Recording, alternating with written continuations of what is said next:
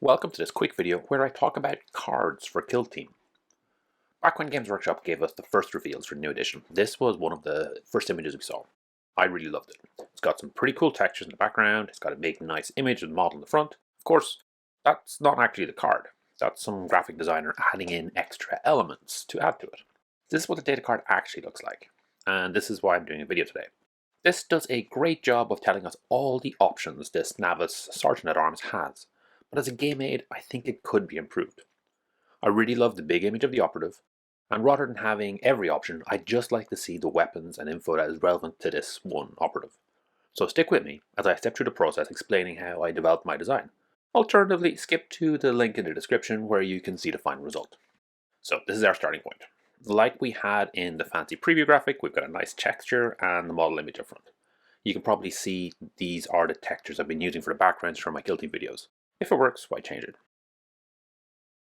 Next step, we add some of the essentials. So we have the name up top, we have some core stats in a nice block near the top, and we've copied the bottom strip straight across.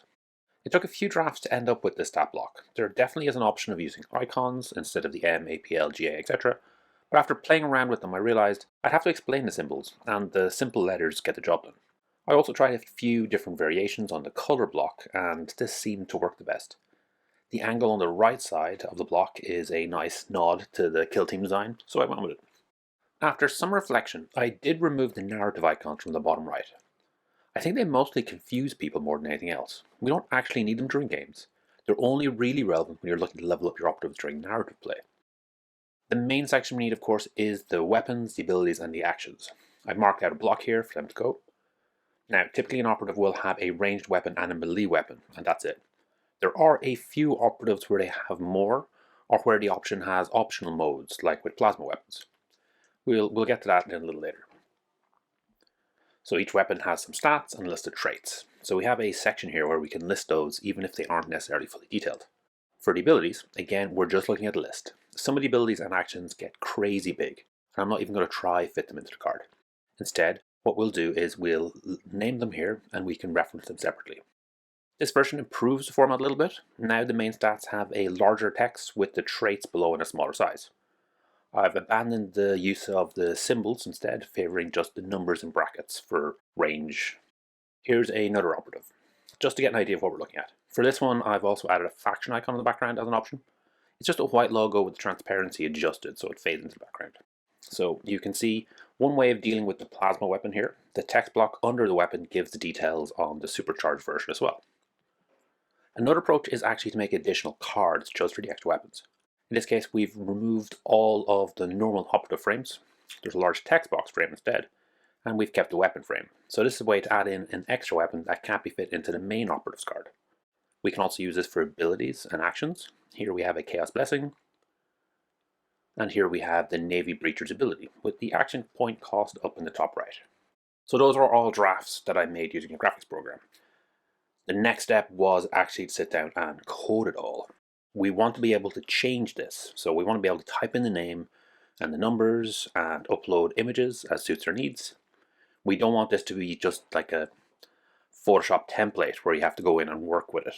We want this to be a website where it's easy to change and upload and anyone can use it.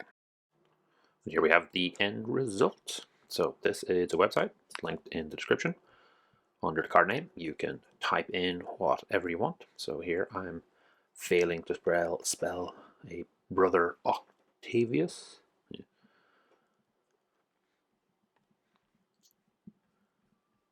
And then you can also put in the actual type. We've got a stat block, so you can change the move or not. You can include it or not. So each of these elements can be taken out. All different values can be adjusted, so you can either use the up and down arrows, or you can actually just click into it and type in the values.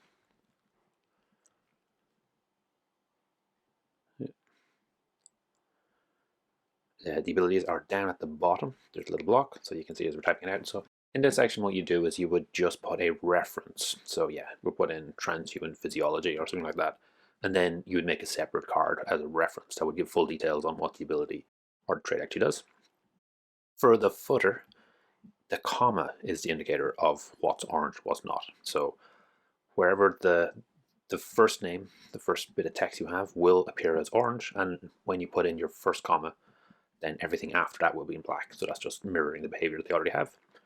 We've got a weapon block, everything you might expect in a weapon. You can type in the names, you can list the traits and things below it. So here we've got kind of some examples of ones I've been using before. You can change the stats and the icon. So the icon will switch between ballistic and melee, with the default being ballistic for the first one and melee for the second one. You can just have the one weapon if you want, so you have the option of two, or you can just remove them both. And yeah, so because this block is something that you might want to use for on an optional card, I have it so you can actually move it around. So you can choose exactly how you want to place it on the card. We'll look at that in a second, I think. Okay, so we've removed some of the sections. The footer gone. Okay, and now we're enabling the large card text. So you can see it just gives it a large background. You can adjust the font size here. So if you have tons of text, you can put in a big long block. But if you got something small, you can increase the font size. And then there is a section for cost. So this will just appear at the top right. You don't necessarily have to put in a cost. You can put in whatever you want. But yeah, I've been using it for stuff like equipment points, action points, stuff like that. So it'll just appear on the top right in a slightly larger font. And here you can see where I've enabled the weapon block, and I'm just moving it around. The example we'd seen earlier was with the auxiliary grenade launcher. If you had an extra weapon that wasn't fitting onto a simple card for an operative, you could create a separate one that just had the extra details. That's the large card. In this next step, I'm just going to load in one of the faction icons. Now, if you look at the instructions tab on this, there is actually a link to a number of faction icons already there. So you can pick the one you like and save it to your desktop so you can upload it in this next step.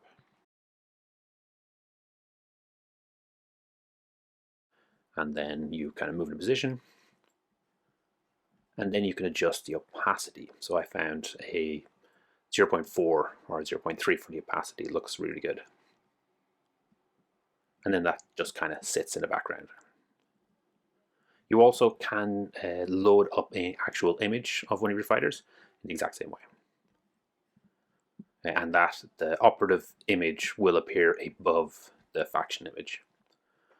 Okay, so what you can also do is you can save the card. Now it'll appear as a .json file. And then when you load it up, you'll have all the details saved there. This is super handy if you're working on a team and you kind of get the profile ready for one, but then want to adjust it afterwards. And here you can see I've actually loaded up the operative image on top. So the Black Templar's logo is in the background, or in this case the Navis logo is in the background, and then the hatch cutter, the axe jack, is in the foreground. And when you're happy with everything, you can just hit that Save Card as Image button at the bottom and it will download it.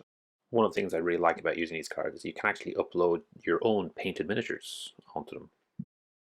And the last one is an example of an ability. So here we have the Axe Jack's Hatch Cutter ability. So if we were playing a game with these Navis, we'd have one for the Axe Jack and we'd have this card for the ability. So it would be nice, handy, easy reference. That's it. That's the tool. It is just out, so I'm sure there are problems and issues. Please do comment if you find anything, or if you think something that could be improved or could be added. The goal with this tool, of course, is just, to improve the experience of Kill Team just that little bit. So hopefully you have fun with it, play around with it, hopefully you enjoy it. Thanks for making it all the way to the end. Hopefully you enjoyed this video. Each week, I put up a new video talking about one of Games Workshop's specialist games. The goal is always to try and make the best possible two-player experience. If this is something you'd find interesting, please subscribe to the channel and comment to let me know what you'd like to see in future.